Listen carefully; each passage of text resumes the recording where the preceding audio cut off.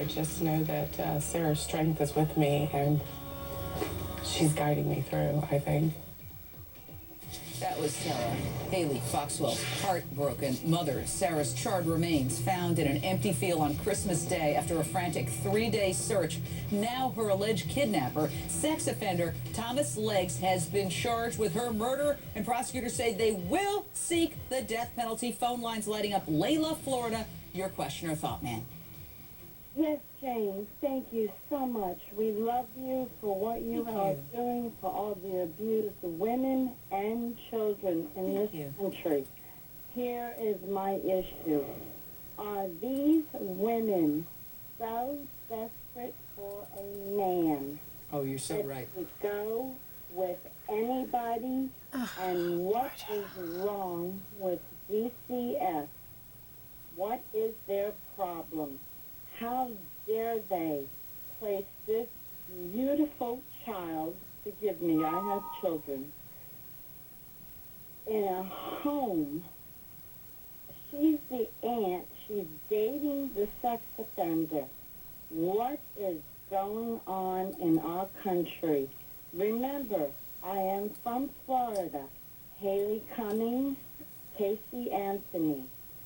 Thank you, Jane. You are wonderful. Well, thank you for your call, Layla, and you raised some really, really important issues. Michelle Sagona, everybody's wondering, why didn't this aunt check the sex offender registries in Maryland and Delaware and see that this guy she was dating was on them? But do people actually do that? Do women, when they start dating someone, when they have children, actually check sex offender registries? Do we need to change the system to make it easier for them to check? Well, Jane, do you check the sex offender registry when you start dating someone? With or without children? Yep, such a great point, because anyone can log on to Family Watchdog to check the sex offenders in their area. They can go to the various public databases within their state to check to see the person that they're dating or the person that they've become friends with, to see what kind of criminal background they have. You can Google people, folks. There's a lot of things out there. The internet is a great resource to find out who you're getting involved with. I spoke with Sheriff Lewis from the Wacomico County Sheriff's Office earlier today, and he says he doesn't know for sure if Amy knew for certain or not that Thomas Legs was in fact a sex offender in Maryland and also in Delaware. And also, Thomas Legs appeared in court yesterday for another offense out of Ocean City, Maryland.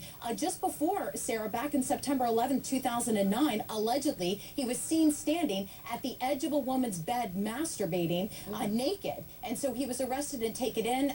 Yesterday he did request to have a jury trial for that, so that's been moved to a later date as well. But he says there's an obvious escalation in violence from Thomas Legs. So this guy has a rap sheet, Judge Mathis, a mile long. He was convicted of raping a victim who was between the ages of 16 and 17. He has several assault convictions. He's awaiting trial on burglary and the destruction of property. And then you just heard he's accused of breaking into a woman's house at 4 in the morning and masturbating near her bed. So where are the powers that be watching this guy? Where are the authorities to keep an eye on this guy? You know, if I let my dog off the leash in the park, I got a cop on me in 2 seconds flat. Yeah. Okay, but this nut job, this wingnut is out there, and everybody knows he's got a rap sheet a mile long, and where are they?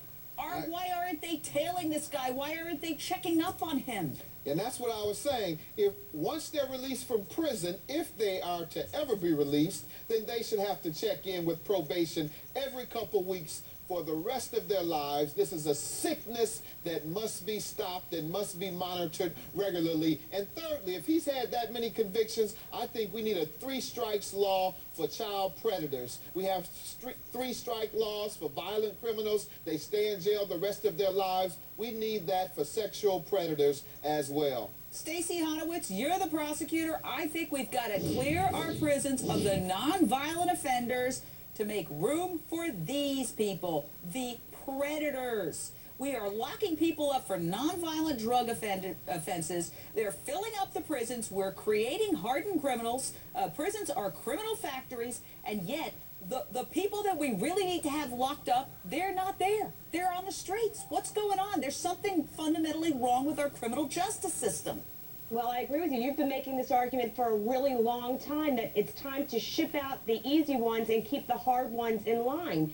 And people are trying to make a difference. I mean, laws are becoming more stringent, and the sex crimes registry was the first thing that was implemented to try to keep track of these people. But I'm going to tell you something. The registry only tells you where they live. People have to remember that the pedophiles and predators are master manipulators. They are not going to register. They are not going to always tell you where they are. They're going to move about and not check in. People have to take it upon themselves.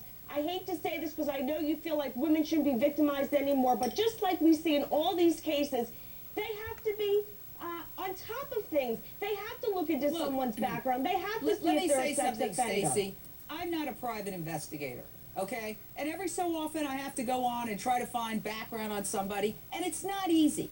You know, it's just like every time you call a government agency, do they ever pick up the phone? No, of but course this not. is, Jane, this is There's the never, easiest it's a thing busy in the world. signal, or, no, I've been on the sex offender registries. Half the time they're using their initial birth name that doesn't match the name.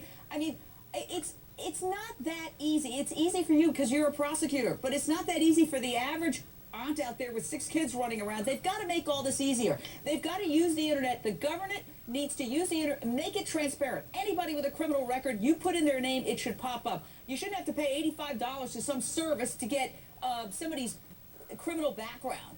You know, and that's really what you have to do today. I do agree with you, and things also have to change too. People that have criminal backgrounds quite often get their records sealed or expunged, and sometimes we never know what's going on in their background. So you are right. People do have to have access, and there has to be an easy way to gain information, because you do shows every single night on little girls that are taken out of their homes, that are killed and molested by sexual predators. So something has to change. Gotta leave it right there. Thank you. Fantastic panel. It does have to change. Advice.